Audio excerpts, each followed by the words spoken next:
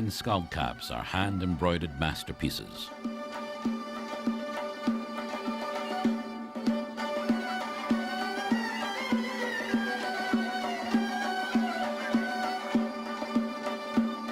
This lady is leaving for her daily visit to the bazaar. In this legendary bazaar, exotic goods from all over are admired, bought, bartered, and sold.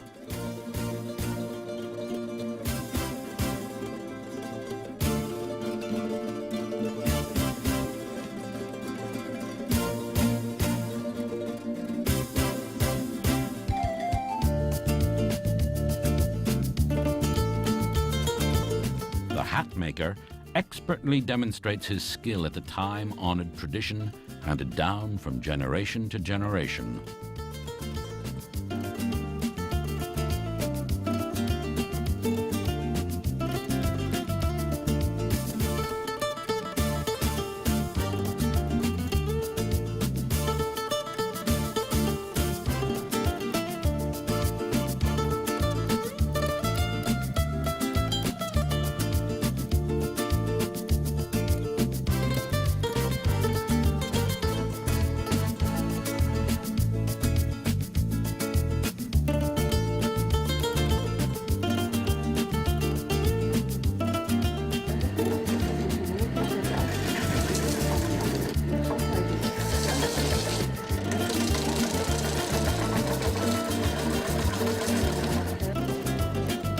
A few steps away, wood carvers are busy at work.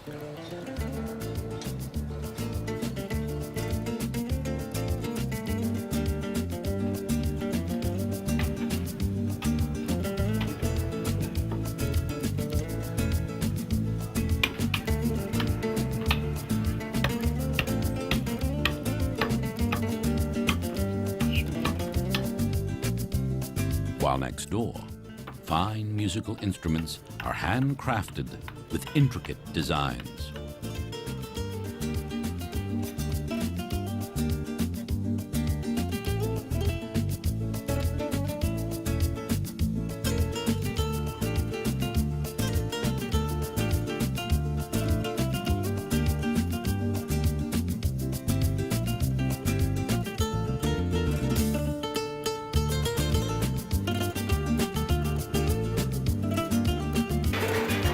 A few more doors down, food steamers made from bamboo are produced. Food steamed in them is free from excessive moisture, which makes it more appealing to the palate.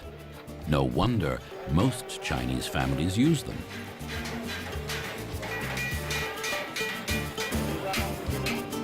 Here we find metal workers turning out precious copper and brass wares.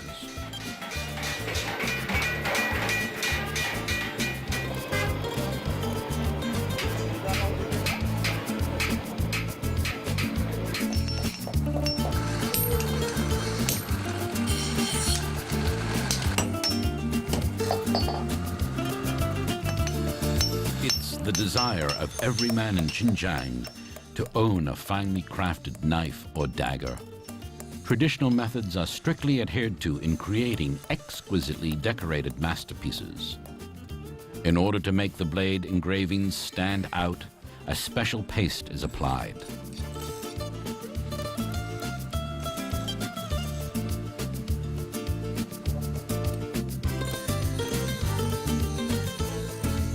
After being reheated, the engravings clearly show on the razor-sharp blades.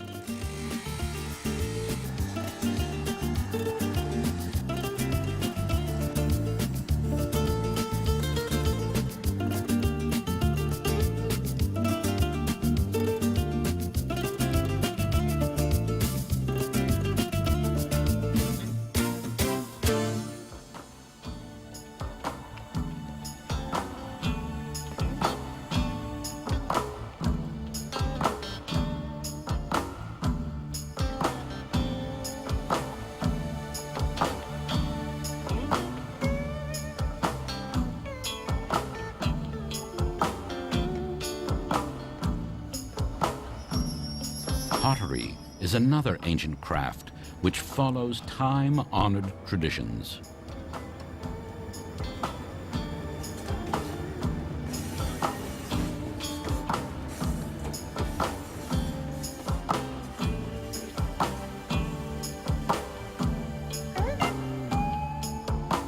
earliest pottery found in Xinjiang dates back over 3,000 years.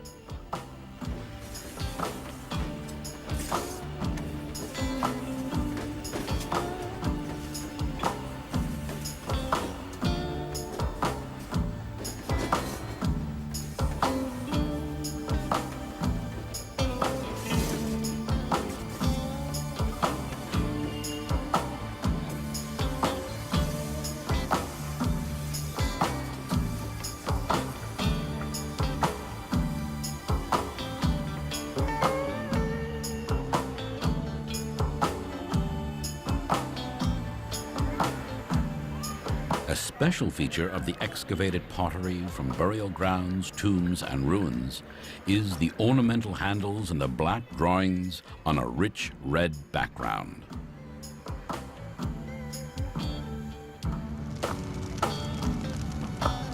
Each of these artisans tries to differentiate his craft by creating a personal style and design.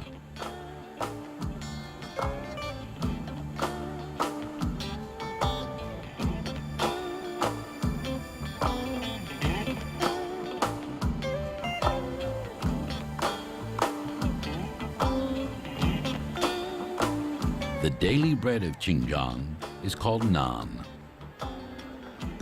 It is baked in these special handmade clay ovens.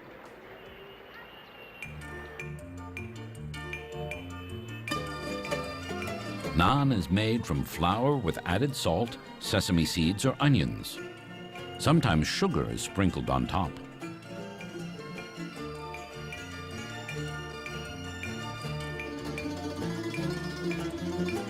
Naan comes in a variety of flavors and shapes and is enjoyed by everyone.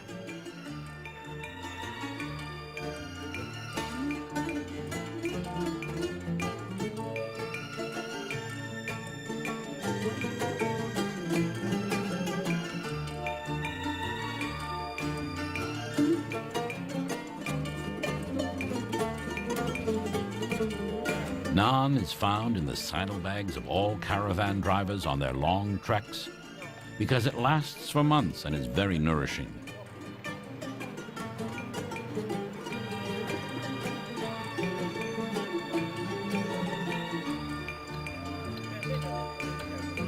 In small country bakeries or on city streets, the naan bakers are constantly at work to please their steady flow of customers.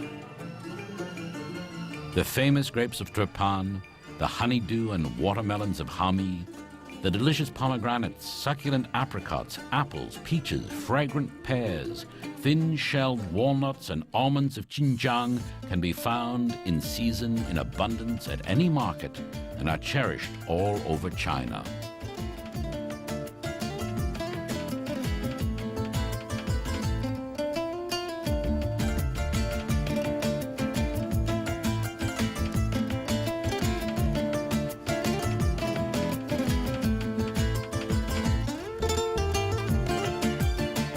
Another market day is over.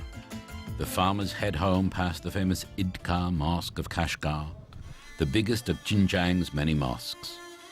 Built in the harmonious, tranquil beauty of Islamic architecture, it reminds the faithful of their daily prayers.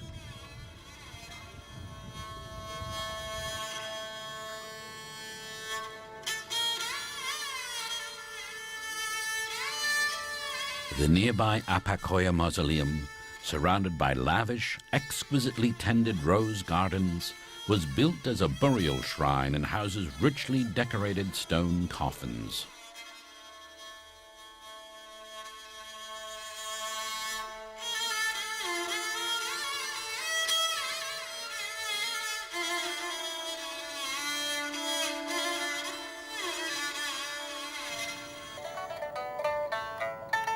The Bun Chao Memorial honors Chinese forces which, throughout history, have valiantly defended Xinjiang against marauding warlords.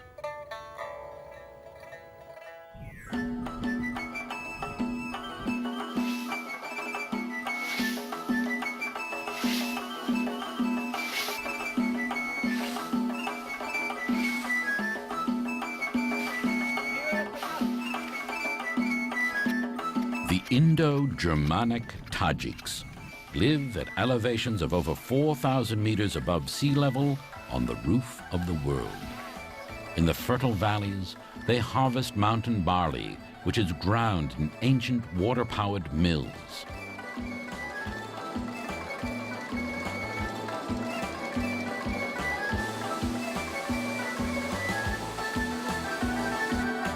In their spacious adobe huts, the beds are built around the oven to keep the sleepers warm during the harsh winter months.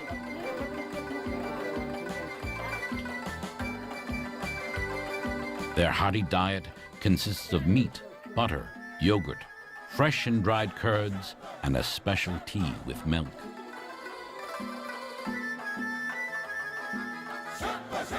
Tajik women are very talented embroiderers. They embroider the hems of their skirts, the collars and cuffs of their blouses with lovely floral designs. Strikingly beautiful women wear elaborately ornamented pillbox hats. According to local legend, the Tajiks are descendants of the eagle.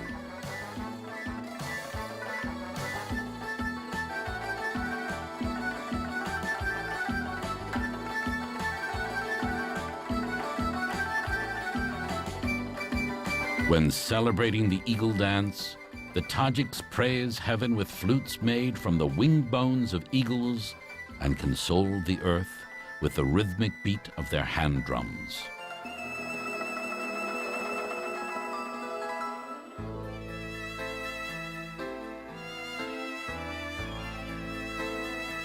The strategically located Stone City was once an important military garrison, customs and courier station on the Silk Road. All caravans on their way east or west through the perilous Wakhan corridor of Afghanistan had to pass through this heavily fortified city, which essentially served as the gateway to the Middle Kingdom. Long ago, the city was destroyed by a devastating earthquake and never rebuilt.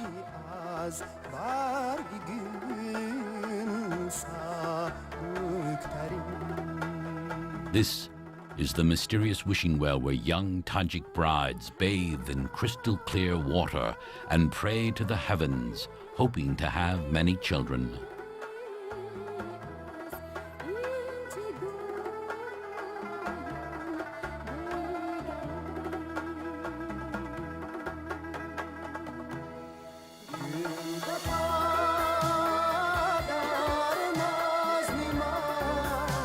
There is plenty of fresh water available from the melting snow, which flows down from the surrounding mountain ranges.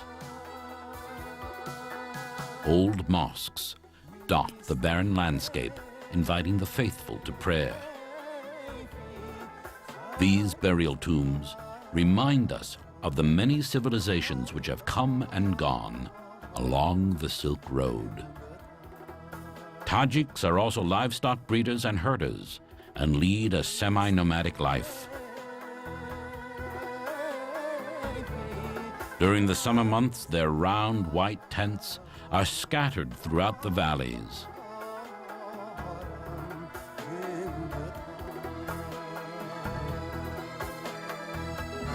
Customs and postal messenger stations like this one once served the Silk Road. Now their ruins are relics of a distant past. This part of the ancient Silk Road was once a dirt road. Now it is a modern highway connecting China with Afghanistan, Pakistan, and India. Tajiks have a very special way of greeting and paying their respects.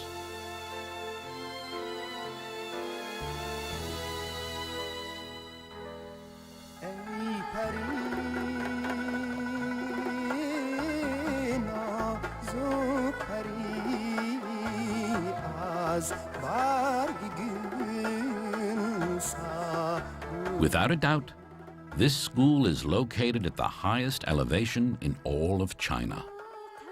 The students are eager to learn and excel in their studies.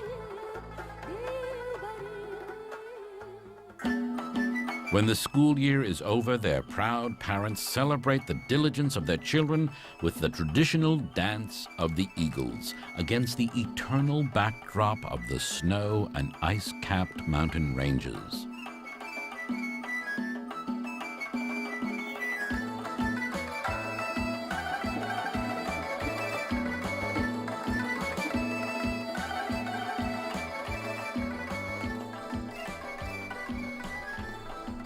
High up in the mountains, wild yaks are trying to find some grass buried under the snow. Their instincts alert them well in advance when to flee from one of the many deadly avalanches which come crashing down these mountains.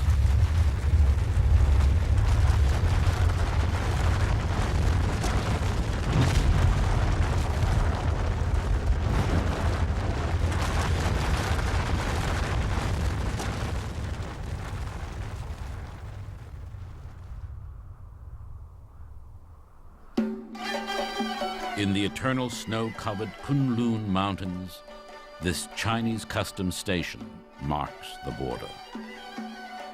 The nearby peak Chogori, which stands at 8,611 meters, is the second highest mountain in the world.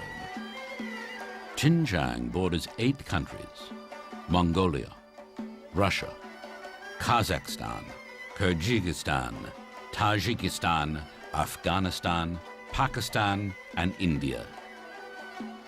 "There is a price for gold, but no price for jade," quotes a Chinese proverb. The highly valued Hotan jade is deposited deep in the Kunlun Mountains, and mining it is an arduous task.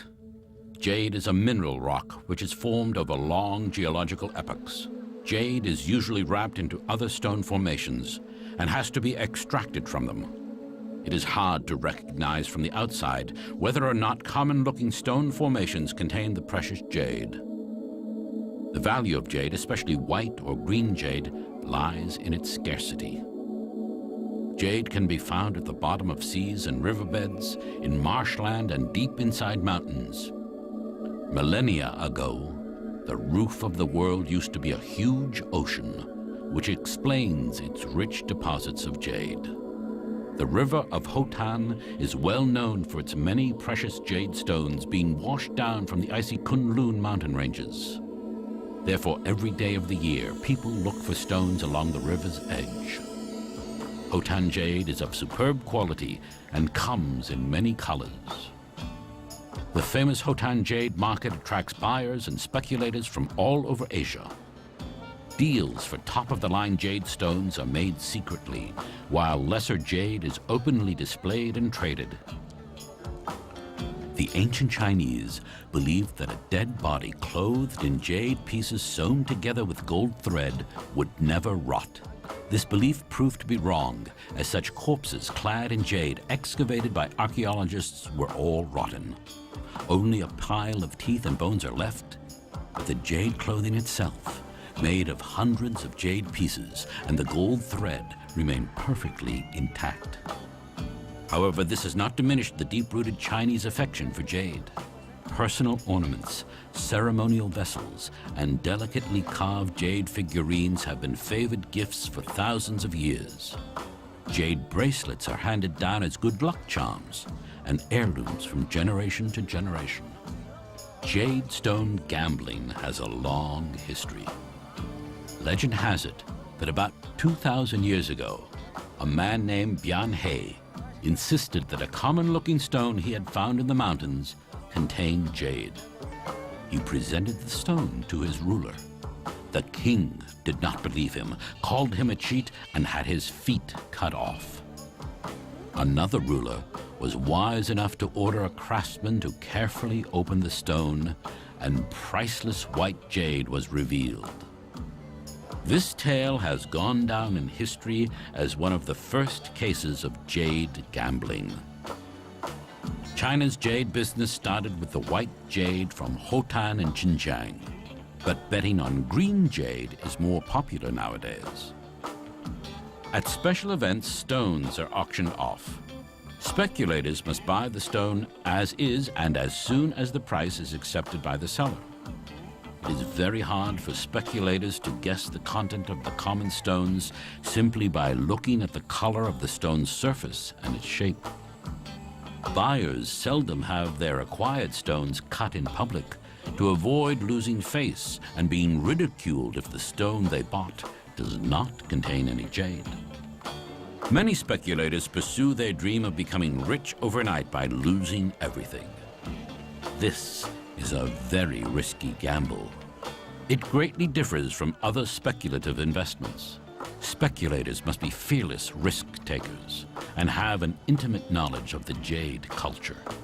Men with sharp eyes, able to spot the precious jade hidden inside a common-looking stone without the help of technology, are admired and respected experts who make a lot of money. Khotan lanolin jade is especially valued for its smooth shine, fine texture, and its pleasant white color. It is translucent, sometimes even transparent.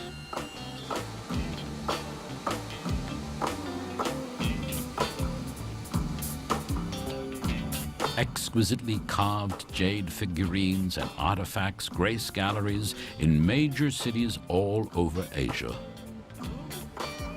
The Khotan River continues to wash down precious jade from deep inside the forbidding, icy mountain ranges.